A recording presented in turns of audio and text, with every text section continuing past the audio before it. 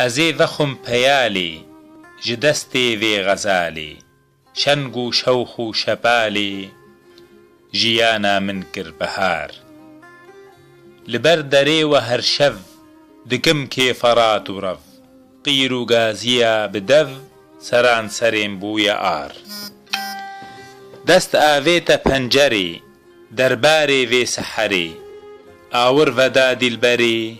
hejiya ew dilê jar wê dest hilda bi nazî silav dida bi dizî dil ji laşê min bezî berê xweda çûgê yar migo ez gorî te bim ji destara kole bim bê çavêta tu nebim dîlbera min hate xwar got ji dil dikim silav ser ser û ser herdû çav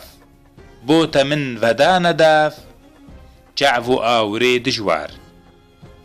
tîr û serrum û xedeng çekê her bi nav û deng şikandin rûm û fireng ji birca ew kirin xwar civat xweş bû bi lava gazin û hêsirê çava bê qerem mam di dava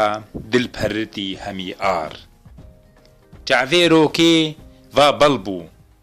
rûkê gula her şil bû stêra sibê derbû hemî dever bûn neyar min xatir ji wê dixwest lê dest her dima di dest rondika rû kirne best tilîka dikir karkar